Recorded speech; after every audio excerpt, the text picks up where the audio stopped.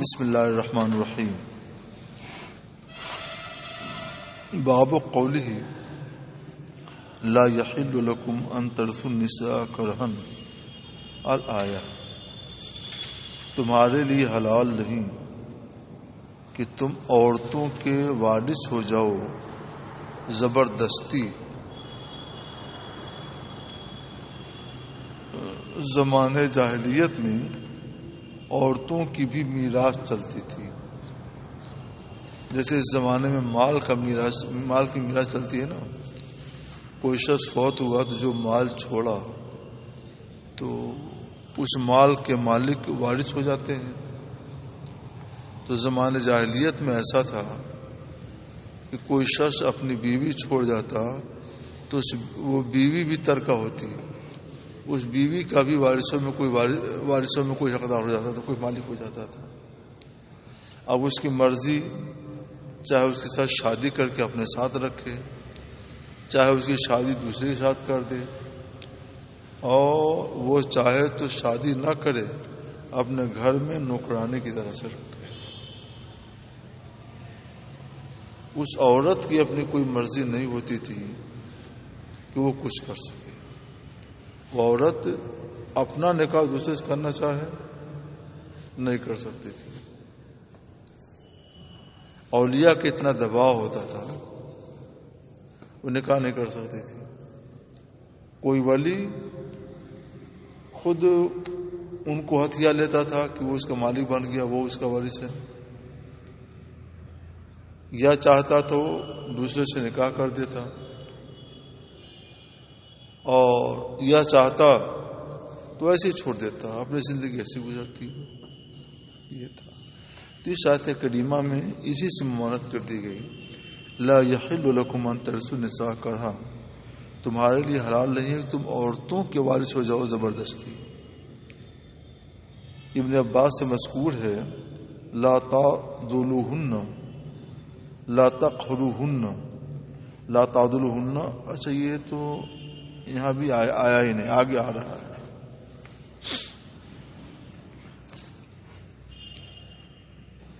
ابن عباس سے روایت دیکھو, ابن عباس کہاں ہے آگے. یا ایھا الذین آمنوا لا تحلوا, وہی آیت کریمہ ہے لا یحل لکم ان ترثوا النساء کرہا ولا تعضلوہن. یہ آیت کریمہ آئی ولا تعضلوہن لتذهبوا ببعض ما آتیتموہن.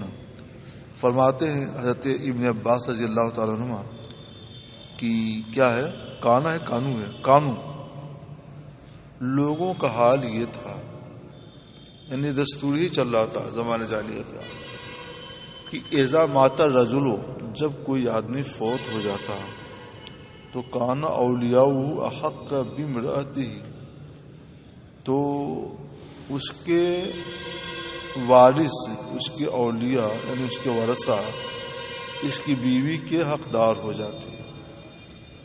اگر وہ چاہتا, اگر ان میں کے بعد چاہتے تو اس سے نکاح کر لیتے, یعنی اپنے ساتھ نکاح کر لیتے, اور اگر وہ چاہتے تو زوجوہا, تو اس عورت کے نکاح دوسرے سے کر دیتے, اور اگر چاہتے تو نکاح ہی نہیں کرتے, وہ جو چاہتے اس کے ساتھ کر دیتے. فہم احق بہا, تو وہی لوگ اس کے حقدار ہوا کرتے تھے عورت کی. من اہلہا, عورت کے گھر والوں سے زیادہ.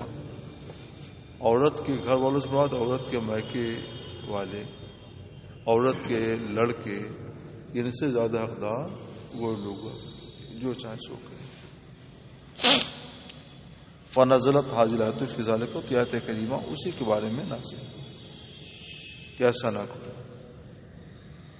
اے ایمان والو, تمہارے لیے حلال نہیں ہے کہ تم عورتوں کے وارث بن جاؤ زبردستی, اور انہیں اس لیے نہ روک لو کہ تذهبوا ببعض ما آتیتموہن, تم نے جو ان کو کچھ مال دیا ہے اس سے لے لو, اس لیے ان کو نہ روک لو. اس کا کیا مطلب, یہ گویا ایک دوسرا حکم بھی ہوا کہ زمان جاہلیت میں ایسا بھی تھا کہ کسی عورت سے نکاح کرتے, اب وہ عورت ان کو پسند نہیں آتی, رغبت نہیں ہوتی, تو اس کو ایسے چھوڑے رہتے, نہ ان سے ملتے, نہ ان کی زوجیت کے حقوق ادا کرتے, ایسے چھوڑے رہتے, تنگ کرتے. تاکہ مجبور ہو کر یہ کہے کہ ہم سے خلا کر لو، جو مہر تم نے ہم کو دیا ہے وہ مہر لے لو اور اس کے بدلے میں تم ہم کو چھوڑ دو۔ تو اس کے بارے فرمایا گیا کہ لا تعضلوهن لتذهبوا ببعض ما آتيتموهن، کہ ان کو اس لیے نہ روک لو کہ بعض وہ مال تم لے لو جو تم نے ان کو دیا۔ بعض مال کا اس لیے کہ ان کو وہ نان نفقہ بھی دیتے تھے، یعنی کپڑا لباس بھی دیتے تھے، کھانا بھی کھانے کا انتظام بھی کرتے تھے۔ تو کھانے کا سامان دیا 1، کپڑے کا سامان دیا 2، مہر دیا 3۔ تو مہر لینے کے لیے وہ مجبور کرتے تھے تاکہ خود مجبور ہو کر کے مہر دے دیں۔ تو ایسا بھی نہ کرو۔ زمانہ جاہلیت میں جو طریقہ تھا یہ طریقہ ابتدائی اسلام میں بھی جاری رہ گیا تھا، اس لیے قرآن پاک نے اس سے معاونت فرما دی۔ اگر ابتدائی اسلام یہ بات نہیں ہوتی پھر روکا ہی نہیں جاتا، لیکن ابتدائی اسلام میں بھی یہ بات تھی، اس لیے اس سے معاونت فرما دی۔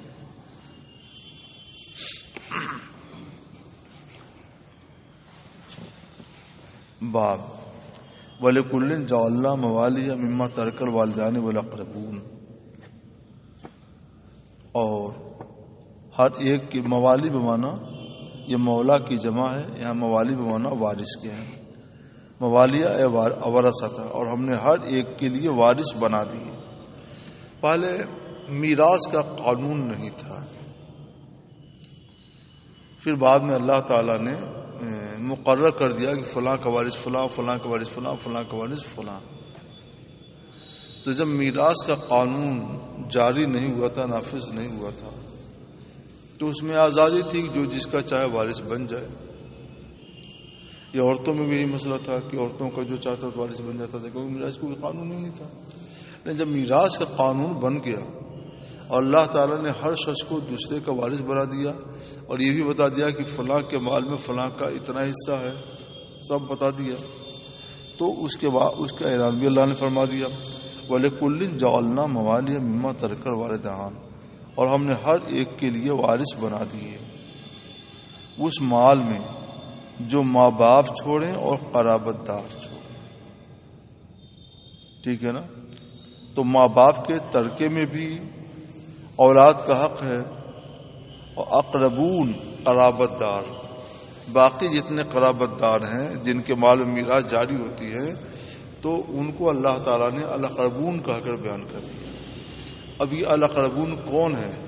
مطلق نہیں ہے، یہ اس الاقربون کی تفصیل آیات میراث میں آ گئی ہے۔ مثلا باپ ہے، شوہر ہے، دادا ہے، یہ ہے، وہ ہے، یہ سب آ گیا۔ تو سورۃ النساء میں اس کی پوری تفصیل آئی ہوئی، تو اس پوری تفصیل کو اللہ تعالیٰ نے لفظ الاقربون میں بیان کر دیا۔ حدثنی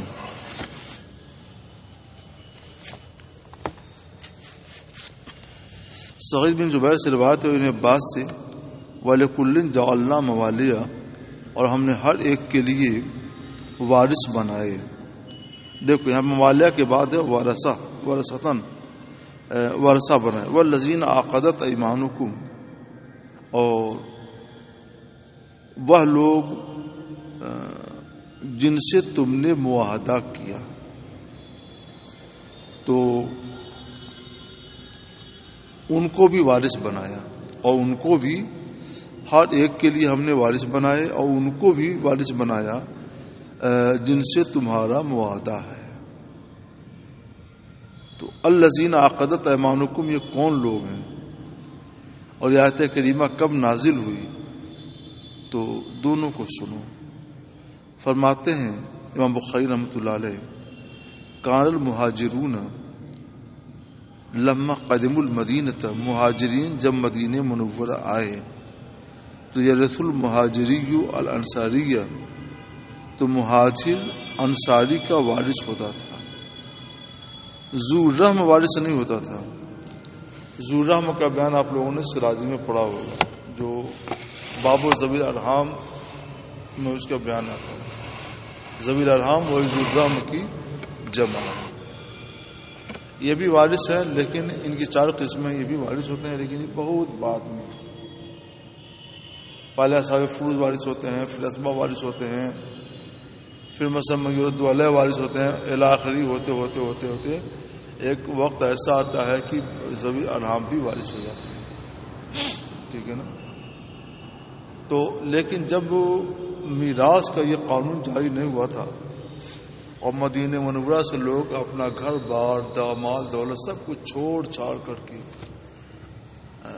مدینہ منورہ آ گئے، تب ان کی روزی روٹی کیسے چلے؟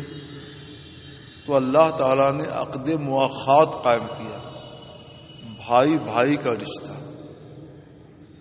کہ ایک مہاجر کو ایک انصاری کے گھر دے دیا اور دونوں کے درمیان بھائی بھائی کا رشتہ قائم کر دیا. تم دونوں ایک دوسرے کے بھائی ہو. اور انصاری کے مال میں مہاجر کو بھی وارث بنا دیا کہ اگر انصاری فوت ہوگا تو اس کے مال کا وارث اس کا ذو الرحم نہیں ہوگا بلکہ اس کا یہ مہاجر بھائی ہوگا. اس کو مواخات کہتے تھے، بھائی چارگی کا رشتہ قائم کرنا. اسلام میں بلکہ پوری دنیا میں اسلام واحد مذہب ہے جس نے دو غیروں کو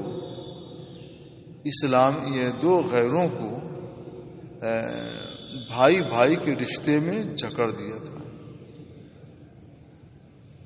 ایک الگ دوسرا الگ. جب اس کے پاس کچھ ہے نہیں تو یہ تمہارا بھائی ہے اور اس کی روزی روٹی کا انتظام بھی تم کو کرنا ہے. یہاں تک کہ ان میں سے وہ مر جائے صاحب مال تو اس کے مال کا وارث بھی ہوتا تھا. اس کو عقد مواخات کہتے تھے. یہ رشتہ اسلام نے قائم کیا اور اسلام ہی نے قائم کیا. اسلام کے علاوہ کسی مذہب میں ایسے رشتے کا، بھائی چارگی کے رشتے کا کوئی وجود نظر نہیں آتا. یہاں تک ہوا کہ اگر کسی انصاری کے پاس 2 بیوی ہوتی تو ایک بیوی کو طلاق دے دیتا اور عدت گزار کر اس عورت کے نکاح مہاجر کے ساتھ ہو جاتا. اس طرح سے انہوں نے بھائی چارگی کا رشتہ نبھایا تھا. لیکن جب اللہ تعالیٰ نے آیت کریمہ نازل فرمائی وَلِكُلٍّ جَعَلْنَا مَوَالِيَ، ہم نے ہر ایک کے لیے وارث مقرر کر دیے، تو ان وارثوں میں یہ عقد مواخات کا ذکر نہیں کیا. تو پتہ چلا کہ یہ جو لوگ بھائی بنائے گئے ہیں یہ لوگ اب وارث نہیں ہوں گے. ان کو اور یہ احسانات کے حقدار ہیں، تحفے تحائف وغیرہ کے حقدار ہیں، لیکن از راہ قانون میراث کے حقداری لوگ. تو وہ عقد مواخات کی وراثت کا جو قانون تھا وہ منسوخ ہے، کیونکہ اللہ تعالیٰ نے فرما دیا لِكُلٍّ جَعَلْنَا مَوَالِيَ، ہم نے ہر ایک کے لیے وارث بنا دیے اور ان کی وراثت کا کوئی ذکر نہیں، تو وہ ختم ہو گیا خود بخود. فرماتے ہیں امام بخاری رحمۃ اللہ علیہ کہ مہاجرین جب مدینہ منورہ آئے تو ایک کوئی مہاجر انصاری کا وارث ہوا کرتا تھا، ذو رحم نہیں. اس اخوت کی بنیاد پر جو نبی کریم صلی اللہ علیہ وسلم نے قائم فرمائی تھی. فلما نزلت، جب یہ آیت کریمہ نازل ہوئی جعلنا موالیہ، ہم نے ہر ایک کے لیے وارث بنائے، تو نسخت یا نسخت، تو یہ حکم منسوخ ہو گیا، یعنی مواخات کے باہم میراث کا قانون منسوخ ہو گیا. والذین عقدت ایمانکم، اور ان کو بھی وارث بنایا جن کے ساتھ تم نے باہم معاہدہ کیا ہے، من النصر والرفادۃ والنصیحۃ، مدد کا، والرفادہ ہمدردی کا، والنصیحہ اور خیرخواہی کا. ہدایہ میں آپ نے پڑھا ہوگا یا نہیں پڑھایا تو پڑھ لیجئے گا، باب الموالات اس میں کا تھا. تو عقد موالات کیا ہے؟ اچھا اس میں تو آپ لوگوں نے پڑھا ہوگا کیا کہتے ہیں شرازی میں. ایک تو مولا الاتاقہ ہوتا ہے اور ایک مولا الموالات ہوتا ہے. تو الذین عقدت ایمانکم سے مراد یہاں پر جو ہے مولا الموالات ہے، کیونکہ معاہدہ جو ہے مولا الموالات ہی سے ہوتا ہے، مولا الاتاقہ سے کوئی معاہدہ نہیں ہوتا۔ تو مولا الموالات یہ ہے کہ دو شخص آپس میں یہ معاہدہ کریں کہ ہم سے ہماری زندگی میں کوئی قصور ہو، کوئی جنایت ہو جس کی وجہ سے ہم کو معاوضہ دینا لازم آئے، تو وہ تم ادا کرنا، تم بھی اس میں شریک ہو جانا، اور تمہارے ساتھ ایسا کچھ معاملہ ہو تو ہم بھی شریک ہو جائیں، اور ہم دونوں میں جو پہلے فوت ہو جائے تو دوسرا اس کے مال کا وارث ہوگا۔ اس کو مولا الموالات کہتے تھے، ٹھیک ہے نا؟ تو یہ مولا الموالات کب وارث ہوگا؟ وہ پوری بحث ہے کتب فقہ میں۔ جب وہ کوئی بھی نہیں بچتا ہے اور مولا الموالات ہی بچے گا تو اس وقت مولا الموالات وارث ہوگا، اور اگر اس کے اسبا ہوں، اس کے ذوی الفرائض ہوں، تب وہ لوگ لے لیں گے تو ان کو کچھ نہیں ملے گا۔ تو قریبی رشتہ داروں کے ہوتے ہوئے یہ بعید کے رشتہ دار ہیں نا، اصل میں رشتے دو طرح کے ہوتے ہیں، ایک تو رشتہ نسبی اور ایک رشتہ سببی۔ تو یہ رشتہ تو ہو کہ ہمارا رشتہ سببی ہے، نسبی نہیں ہے۔ تو پہلے نسبی رشتہ داروں کو دیا جاتا ہے، جب نسبی رشتہ داروں کو کوئی نہیں بچے گا تب یہ سبھی رشتہ دار کو دیا جائے گا۔ تو پھر ہم ایک بار ترجمہ کر دیتے ہیں، اور تم میں سے اور ہر ایک کے لیے ہم نے وارث بنایا، اور ان لوگوں کا بھی وارث بنایا جنہوں نے آپس میں معاہدہ کر رکھا ہے۔ چلیے صاحب، باب ان اللہ لا یظلم مثقال ذرہ، بے شک اللہ ایک مثقال کا معنی مقدار، مثقال کا لغوی معنی مقدار ہے۔ ایسے عرف میں مثقال کیوں کہتے ہیں؟ 4.5 ماشے وزن کو جو مثقال کہا جاتا ہے، اور اس کا لغوی یہ عرفی معنی ہے، اور لغوی معنی کیا ہے؟ مقدار۔ یہاں لغوی معنی ہے بے شک اللہ ایک ذرہ کی مقدار ظلم نہیں کرتا۔ تو کیا مطلب ہوا کہ ایک ذرہ کی مقدار بھی ظلم نہیں کرتا، کچھ بھی ظلم نہیں کرتی، یہ مطلب ہے۔ اور آپ لوگ نہیں تھے، کچھ لوگ تھے، میں نے بتایا تھا کہ آیات میں مفہوم مخالف نہیں معتبر ہے۔ اگر مفہوم مخالف معتبر ہو تو یہاں یہ ہوگا کہ اللہ ایک ذرہ کی مقدار تو ظلم نہیں کرتا ہے اور ایک پہاڑ برابر ظلم کرتا ہے، حالانکہ ایسا نہیں ہے، کچھ بھی نہیں اس کے یہاں۔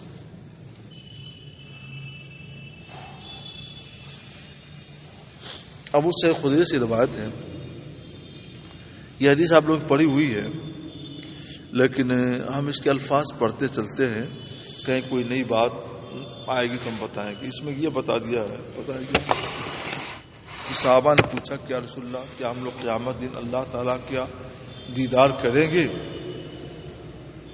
تو سرکار علیہ الصلوۃ والسلام نے نہ ہاں فرمایا نہ نہیں فرمایا، بلکہ سرکار نے خود پوچھا یہ بتاؤ کیا تم جب دوپہر کو سورج چمک رہا ہوتا ہے اور وہاں کوئی بدلی نہیں ہوتی ہے، نہ کوئی بدلی ہوتی ہے، نہ کوئی غبار ہوتا ہے، تو تمہیں اس میں کوئی شبہ ہوتا ہے تم سورج کو دیکھ رہے ہو؟ سب نے کہا نہیں، یعنی سب کو یقین ہوتا ہے کہ ہم سورج کو دیکھ رہے ہیں۔ ہم لوگ بھی باہر جائیں تو ایک نظر دیکھ کر کے ہم کہیں گے ہم لوگ سورج کو دیکھ رہے ہیں، حالانکہ کوئی سورج کو دیکھتا ہے۔ سورج کو دیکھنا کیا ہے؟ سورج کی ٹکیا کو دیکھنا ہے۔ نظر جما کر دیکھو تو بھائی نگاہ واپس آ جائے گی۔ سورج کی اصل ٹکیا جو ہے اس کو اس وقت کوئی نہیں دیکھتا، صبح میں تو دیکھو گے، لیکن جب دوپہر ہو جائے تو دوپہر کے وقت میں کوئی سورج کی ٹکیا کو نہیں دیکھتا ہے، ٹھیک ہے نا؟ اس وقت کوئی سورج کی ٹکیا کو نہیں دیکھ سکتا ہے۔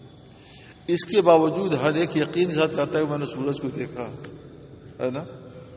تو سرکار نے فرمایا کہ جیسے تم سورج کو دیکھتے ہو اور تمہیں یقین ہوتا ہے تم نے سورج کو دیکھا، حالانکہ تم نے سورج کی ٹکیا کو نہیں دیکھا پھر بھی تم کو یقین ہے، ایسے ہی بلا تشبیہ و تفصیل تم اللہ تعالیٰ کی کا دیدار کرو گے، تمہیں یقین ہوا تم نے اللہ تعالیٰ کا دیدار کیا، مشاہدہ کیا، حالانکہ تو جو عین ذات باری ہے اس پر تمہاری نگاہ نہیں جم سکتی، مگر تم کو یقین ہو۔ سرکار نے ہاں کیوں نہیں کہا؟ کیونکہ انہوں نے پوچھا کیا تم لوگ اپنے عرض کی تھی پرور سرکار کیا ہم لوگ اپنے رب کو دیکھیں گے؟ کہتے ہیں ہاں، تو اس کا مطلب کہ رب کی ذات کو دیکھیں گے؟ اس لیے سرکار نے ہاں نہیں کہا۔ کہا دیتے نہیں تو یہ بھی صحیح نہیں ہوتا، کیونکہ دیکھیں گے تو ضرور، ٹھیک ہے نا؟ تو نہ ہاں کہا نہ نہیں کہا، یہ نقطہ میں نے پہلے نہیں بھی بتایا تھا، نہ ہاں کہا نہ نہیں کہا۔ ہاں کہتے تو بھی ایک حد تک خلاف واقع ہوتا، اور نہیں کہتے تو بھی ایک حد تک خلاف واقع ہو جاتا، بلکہ سرکار نے ایک مثال محسوس سے ان کو سمجھانے کی کوشش کی کہ جیسے تم لوگ ٹھیک دوپہر میں جب بدلی نہ ہو تو سورج کو دیکھتے ہو اور تمہیں یقین ہوتا ہے کہ میں نے سورج کو دیکھا، ایسے ہی تم لوگ اللہ تعالیٰ کو بھی دیکھو۔ پھر سرکار نے ایک مثال پیش کی 14ویں رات کے چاند کی کہ جب اول و بعد نہ ہو تو تمہیں یقین ہوتا ہے تم نے سورج دیکھا، 14ویں رات چاند دیکھا، ہاں، کہ ایسے تم اللہ تعالیٰ کو دیکھو، ٹھیک ہے نا؟ حالانکہ اس وقت بھی کوئی اس کی اصل جو ٹکیا ہوتی ہے نا اس پر نظر تو کچھ پڑتی ہے، چاند کا وہ گولا نظر آتا ہے، مگر جو اس کا پورا گولا ہے چاروں طرف سے وہ پورا نظر نہیں آتا اس وقت، اور سورج تو کچھ بھی نہیں۔ تو اس کا دونوں تشبیہیں دے کر کے سرکار علیہ السلام نے یہ بتلایا ہے کہ ایک نظر تم کو اللہ کی ذات کا دیدار ہوگا اور پوری ذات باری کا نہیں، اور وہ دیکھنا ایسے ہی ہوگا جیسے تم سورج کو دیکھ لیتے ہو، یہ فرمایا سرکار علیہ السلام۔ یہ میں آپ لوگوں کو بتا چکا ہوں کہ جو چیز غایت ظہور میں ہوتی ہے وہ غایت بطون میں ہو جاتی ہے، جو چیز جس قدر ظاہر ہوتی ہے وہ اسی قدر باطن میں چلی جاتی ہے۔ جیسے مان لو وزیر اعظم، وہ پورے ہندوستان ہی میں نہیں مشہور ہے، پوری دنیا مشہور ہے، تو اپنی شہرت کے لحاظ سے غایت ظہور میں ہوا نا، مگر کیا ہر گلی کوچے میں، ہر بازار اور شہر میں اس سے ملاقات کر سکتے ہو؟ نہیں، وہ اتنا چھپ جاتا ہے اور اتنا پہرے میں رہتا ہے کہ اب کوئی اس سے ملاقات نہیں کر سکتا۔ احکام آئیں گے، فرامین آئیں گے، سب احکام جاری ہوتے رہیں گے، مگر خاص لوگوں کو چھوڑ کر عام لوگ ملاقات نہیں کر پاتے۔ تو وہ نا جو انتہائی ظہور میں ہوتا ہے تو انتہائی خفا میں، انتہائی پردے میں چلا جاتا ہے، ٹھیک ہے نا؟ 14ویں رات کے چاند انتہائی ظہور میں ہوتا ہے تو انتہائی بطون میں ہو جاتا ہے، باطن ہو جاتا ہے، اور سورج جب دوپہر میں ہوتا ہے تو انتہائی ظہور میں ہوتا ہے تو وہ انتہائی بطون میں ہو جاتا ہے۔ اچھا، اللہ تعالیٰ سے بھی ظاہر تر کوئی چیز ہے؟ اللہ سے زیادہ ظاہر کوئی چیز نہیں، پھر اس سے زیادہ باطن اور اس سے بڑا غیب بھی کوئی چیز نہیں۔ دنیا کائنات کا سب سے بڑا غیب کیا ہے؟ اللہ تعالیٰ۔ وہ کائنات میں نہیں ہے، وہ کائنات سے نہیں ہے، مگر ہم اس کا وجود مانتے ہیں کہ اللہ تعالیٰ ہے، تو مگر ہماری نگاہوں میں تو نہیں ہے۔ اس سے زیادہ چھپا ہوا، اس سے بڑا غیب، اس سے زیادہ باطن کوئی چیز نہیں، مگر اللہ کے رسول صلی اللہ علیہ وسلم نے شب معراج اللہ تعالیٰ کا دیدار اپنے سر کی آنکھوں سے کی، ٹھیک ہے نا؟ جو سب سے بڑا غیب ہے اس کا دیدار سرکار نے اپنی آنکھوں سے کر لیا، تو جو اس سے چھوٹے چھوٹے غیب ہوں گے، کوئی بھی غیب اس سے بڑا غیب تو نہیں ہو سکتا ہے، تو وہ تو بدرجہ اولا سرکار کے علم میں رہیں گے، سرکار پر روشن رہیں گے۔ یہی استدلال کیا اللہ تعالی رحمت و رضوان نے، اور کوئی غیب کیا۔ یا رسول اللہ اور کوئی غیب کیا تم سے نہ ہو بھلا، جب نہ خدا ہی چھپا تم پہ کرو۔ ایک شعر ہے اور کتنا زبردست استدلال ہے۔ موقع کی بات آ گئی تو میں نے آپ کو سمجھا دیا، ایک مرتبہ میں اور اس پر روشنی ڈال چکا ہوں آپ لوگوں سے، ٹھیک ہے نا؟ آپ لوگ تقریر کریں گے تو اس میں بھی بتا سکتے ہیں۔ اب اس کے آپ 50 مثالیں بنا سکتے ہیں۔ ہم نے ایک مثال وزیر اعظم سے دے دی، ایک مثال چاند سے دے دی، ایک مثال سورج سے دے دی، ٹھیک ہے نا؟ اب ہم عبارت سے پڑھیں گے، کہیں کوئی نئی بات ہوگی تو اس کی وہاں ہم تشریح کریں گے۔ عن ابی سعید الخدری کی ان اناسا فی زمن النبی صلی اللہ تعالی علیہ وسلم قالوا یا رسول اللہ هل نرى ربنا يوم القيامة؟ فقال النبي صلى الله تعالى عليه وسلم نعم. هل تضارون في رؤية الشمس بالظهيرة زون ليس فيها سحاب؟ قالوا لا. قال فهل تضارون في رؤية القمر ليلة البدر زون ليس فيها سحاب؟ قالوا لا. قال النبي صلى الله تعالى عليه وسلم ما تضارون في رؤية الله يوم القيامة إلا كما تضارون في رؤية أحدهما اذا کان یوم القیامہ آذن مؤذن، یہ بھی سب پڑھ چکے ہو دونوں کتابوں میں، مسلم شریف میں بھی اور بخاری شریف میں بھی۔ یتبع کل امۃ ما کانت تعبد فلا یبقى من کان یعبد غیر اللہ من الاصنام والانصاب الا يتساقطون في النار حتى اذا لم يبق الا من كان يعبد الله بر وفاجر وغبرات اهل الكتاب بقية اهل الكتاب غبرات بقية فتدعى اليهود فيقال لهم من كنتم تعبدون؟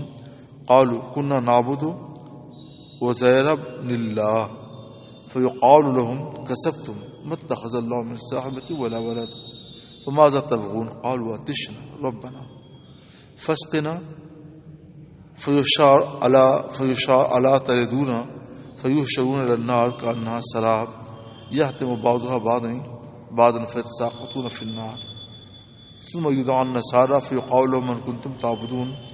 قالوا كنا نعبد المسيح ابن الله فيقال یہ سب یہی چیز ہے جی، یہ سب ملا لیجیے گا آپ لوگ،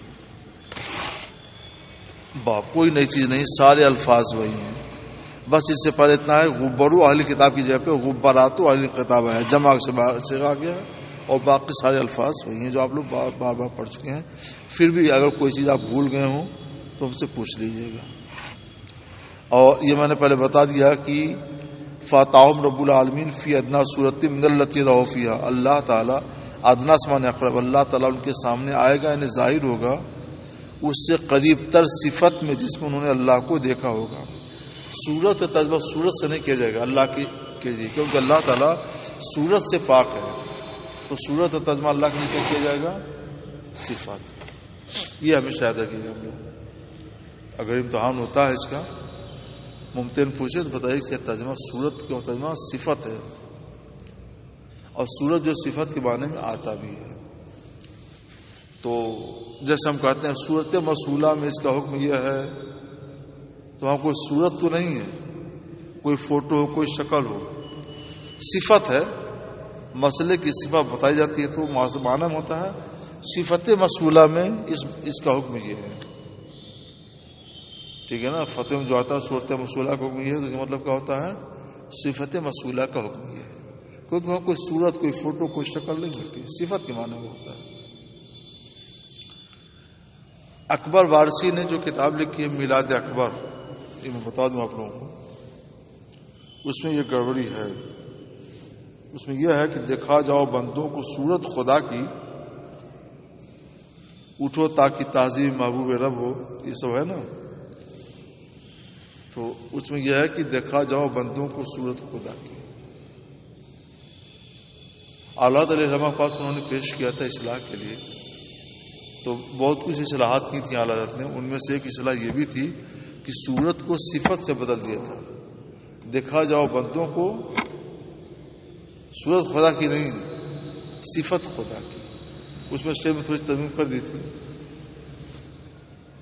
اور صورت کو صفت سے بدل دیا تھا، مگر وہ پتہ نہیں کیسے بعد میں وہ صفت پھر صورت سے بدل گئی اور صورت ہی صورت چلتی رہی، اور میراث خان لوگ آج بھی صورت ہی پڑھتے ہیں، وہ غلط ہے۔ اللہ صورت سے پاک ہے، لیس کمثلہ شیء، اللہ کے جیسی کوئی شے نہیں۔ اللہ کے لیے صورت مانا جائے تو صورت والی چیزیں تو بے شمار ہیں، پھر اللہ جیسی بے شمار چیزیں ہو جائیں گی، تو ماننا پڑے گا کہ اللہ جو صورت سے پاک ہے۔ تو اس کے لیے یہاں پہ صورت جو کس معنی میں ہے؟ صفت، اس میں وہی ہے، یہ میں پہلے بتا چکا ہوں، پھر میں نے بتا دیا۔ اور ادنا بمانا اقرب ہے، قریب تر۔ ادنا کا لفظ جو معمولی کے معنی بھی آتا ہے، تو معمولی معنی میں نہیں ہے، ادنا کا لفظ کس معنی میں ہے؟ اقرب کے معنی، قریب تر کے معنی میں۔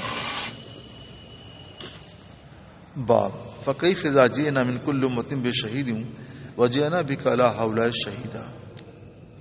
سبحان اللہ۔ تو تمہارا کیا مقام ہوگا، کیا حال ہوگا جب ہم ہر امت سے ایک گواہ لائیں گے، اور وجئنا بک، اور اے رسول ہم ان لوگوں پر ایک آپ کو گواہ بنا کر لائیں گے۔ پہلے شہید سے مراد ہیں ہر امت کے نبی، قیامت کے دن ہر امت کی جو نبی ہوں گی وہ ہر امت کے شہید ہوں گی، انہیں کو شہید کیا، نبی کے لیے شہید کرا جاتا ہے۔ امت محمدیہ کو خطاب فرماتا اللہ تعالیٰ کہ امت محمدیہ تمہارا مرتبہ کتنا بلند ہوگا جب ہر امت سے ہم ایک شہید لائیں گے، یعنی نبی لائیں گے۔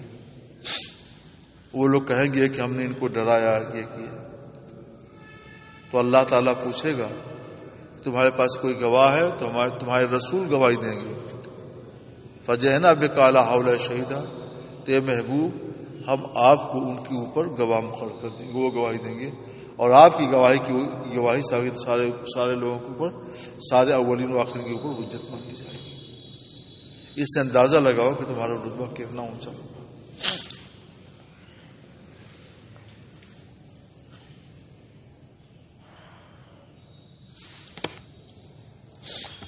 ہاں، عمرو بن مرہ کہتے ہیں کہ مجھ سے نبی کریم صلی اللہ علیہ وسلم نے فرمایا اقرأ علیہ، یہ عمرو بن مرہ نہیں ہے، یہ دیکھو یہ ہیں عبیدہ بن عمرو سلمانی رضی اللہ تعالیٰ فرماتے ہیں، وہ روایت کرتے ہیں عبداللہ بن مسعود سے، وہ فرماتے ہیں کہ مجھ سے نبی کریم صلی اللہ علیہ وسلم نے فرمایا کہ اقرأ علیہ، تم مجھے پڑھ کے سناؤ۔ کیا پڑھ کے سناؤ؟ کتاب اللہ، تم مجھے کتاب اللہ پڑھ کے سناؤ۔ میں نے کہا اقرأ علیک، حضور میں آپ کو قرآن پڑھ کے سناؤں، حالانکہ قرآن آپ پر ہی نازل کیا گیا؟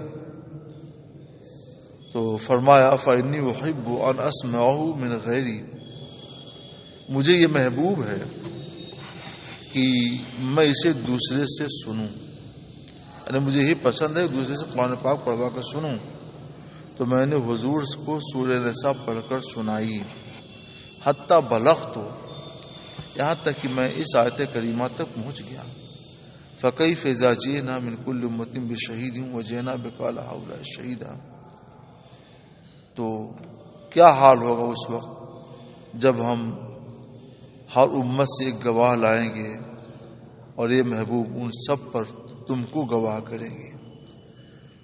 تو قال، سرکار نے فرمایا امسک، ٹھہر جاؤ۔ جب میں آیت کریمہ پڑھی سرکار نے فرمایا ٹھہر جاؤ۔ فیضا عیناہ تذرفان، میں نے دیکھا کہ سرکار کی آنکھوں سے آنسو بہہ رہے ہیں۔ یہ آنسو خوشی کے تھے، مسرت کے تھے کہ اللہ کی بارگاہ میں میرا یہ مقام، میرا یہ مرتبہ۔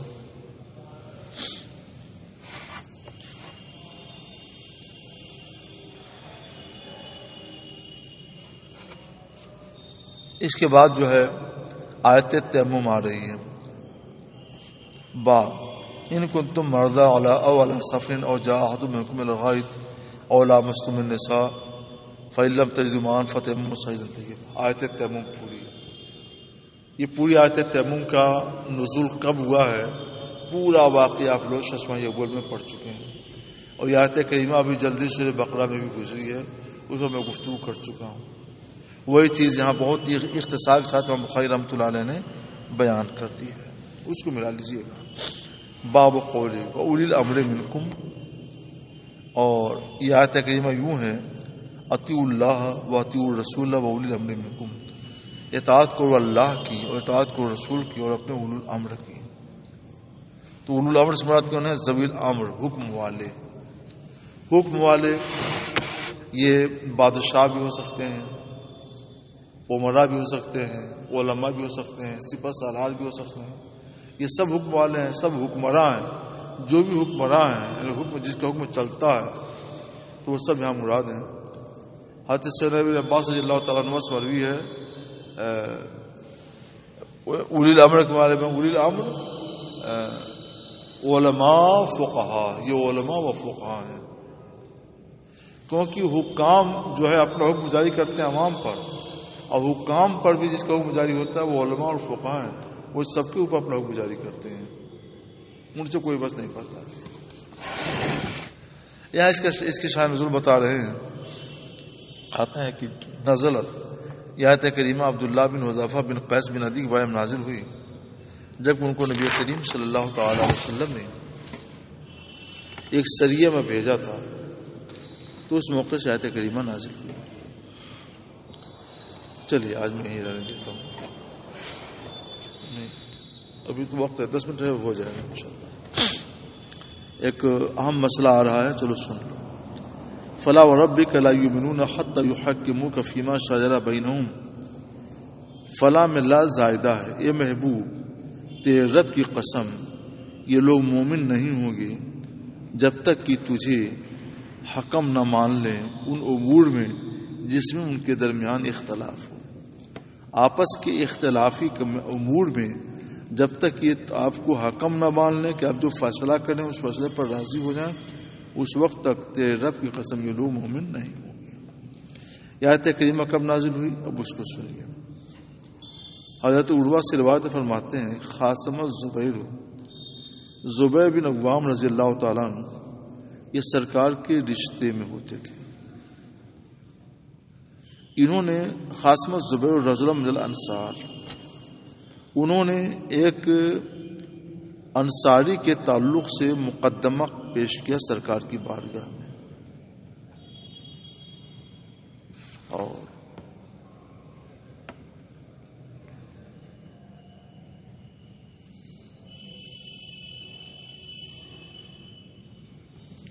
فی شریج من الحرہ، حرہ کی ایک نالہ کے بارے میں، حرہ کہتے ہیں پتھریلی زمین، کالی پتھریلی زمین، ایک پتھریلی زمین کے نالے کے بارے میں۔ وہ کیا تھا کہ پتھریلی زمین سے ایک نالا نکلتا تھا، تو پہلے کھیت پڑتا تھا حضرت زبیر بن عوام کا، اور ان کے بعد کھیت پڑتا تھا انصاری کا۔ تو جھگڑا یہ ہوا، کہتے زبیر بن عوام نے کہا کہ ہم اپنا کھیت کچھ سینچ لیتے ہیں، تھوڑا سا سینچ لیتے ہیں، پھر تم کو پانی چھوڑ دیتے ہیں، پانی آخر میرے کھیت سے ہو کے جانا ہے، میں کچھ سینچ، تو وہ کہا کہ نہیں پہلے ہم کو پانی چاہیے،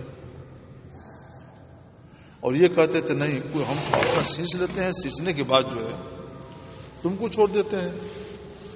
تو سینچائی میں بس اتنا ہوتا ہے کہ کھیت کے اوپر تھوڑا تھوڑا پانی آ گیا تو سینچائی ہو گئی، اور ساری چاہتے تھے کہ نہیں پہلے ہمارے آئے، تو اب ادھر سے نالا آ رہا ہے، پہلے کھیت رہتے زبیر بن عوام کا ہے، ان کے بعد کھیت انصاری کا ہے، تو پہلے جس کا اچھا وہ پانی جو ہے کیا کہتے ہیں مائع مباح تھا، مباح پانی تھا، تو مائع مباح پر جس کا پہلے قبضہ ہوگا وہ اس کا حقدار ہو جاتا ہے، وہ اس کا حقدار ہو جاتا ہے، بلکہ مالک ہو جاتا ہے۔ تو سرکار صاحب نے فرمایا کہ یہ ٹھیک تو کہہ رہے ہیں یہ اپنا سیج لیتے ہیں، پھر اس کے بعد چھوڑ دیں گے تم بھی سیج لینا۔ تو انصاری کو تاؤ آ گیا، غصہ آ گیا، کرتے ہیں کہ سرکار آپ یہ فیصلہ اس لیے کر رہے ہیں کہ یہ آپ کے رشتہ دار ہیں، اس لیے آپ یہ فیصلہ کر رہے ہیں۔ تو سرکار علیہ الصلوۃ والسلام کو تکلیف ہوئی، پھر آپ نے فیصلہ کر دیا کہ پہلے تم اپنا پورا کھیت بھر لو، جب کھیت بھر کر بہنے لگے تب چھوڑ دینا، کیونکہ کھیت میں جب تک کھیت بھر نہ جائے اس وقت تک وہ پانی تمہارا ہے، تم اس کے مالک ہو، اور جو بہنے لگے گا تو بہانے والا پانی تمہارا نہیں ہے، تو تم چھوڑ دینا، یہ اپنا سرحد کرے گا۔ تو اصل میں ہے مسئلہ کیا کہ مال کسی نے اپنی زمین کس طور پہ بنا رکھا ہے، کوئی مال مباح آئے تو اس میں گرے، تو جب تک کہ جب وہ اس کے کھیت میں جائے گا تو وہ اس کا مالک ہو جائے گا۔ جیسے کسی نے جال پھیلا رکھی ہے پرندوں کے شکار کے لیے، ٹھیک ہے نا، تو وہ جال میں پرندے آئے پھنس گئے تو اس کا مالک ہو گیا، اور اگر جال پھیلا رکھے سوکھنے کے لیے اور کچھ پرندے اس میں پھنس گئے تو کون مالک ہو گیا؟ تو جس کا ہاتھ ان پرندوں میں پہلے پہنچ جائے اس کا مالک ہو جائے گا۔ تو انہوں نے وہاں کھیت اسی لیے رکھا تھا قریب میں تاکہ جو پانی ملے تو اس ہم سینچائی کریں گے، تو جو پانی آیا تو اس پانی کو مالک ہوتے گئے، اور کب تک مالک ہوتے گئے؟ جب تک کہ اس میڑ کے برابر نہ آ جائے اس حد تک مالک ہے۔ جب اچھل کر جب بہانے لگے گا تو وہ اچھل کر بہانے والا پانی اب ان کی ملکیت نہیں رہ گیا، کیونکہ ان کے کھیت میں تو رہا نہیں وہ، لہذا وہ پانی اب اس کا ہو جائے گا، جس کے کھیت میں جائے گا اس کے بعد چھوڑ دینا۔ اللہ نے حکم بھی دیا ہے ان اللہ یامر بالعدل والاحسان، بے شک اللہ حکم دیتا ہے عدل کا اور احسان کا۔ سرکار نے جو پہلا فیصلہ کیا تھا وہ فیصلہ احسان پر مشتمل تھا کہ کچھ اپنا سینچ لو اس کے بعد ان کو دے دو، یہ احسان تھا۔ اور اب یہ جو فیصلہ کیا یہ عدل کا تقاضا تھا کہ اگر تم ہماری احسان کو قبول نہیں کرتے ہو اور فیصلے احسان کو تم جو ہے رشتہ داری کی طرف لے جا رہے ہو تو لو اب عدل کا فیصلہ یہ ہے۔ بس سنائی نا ترجمہ۔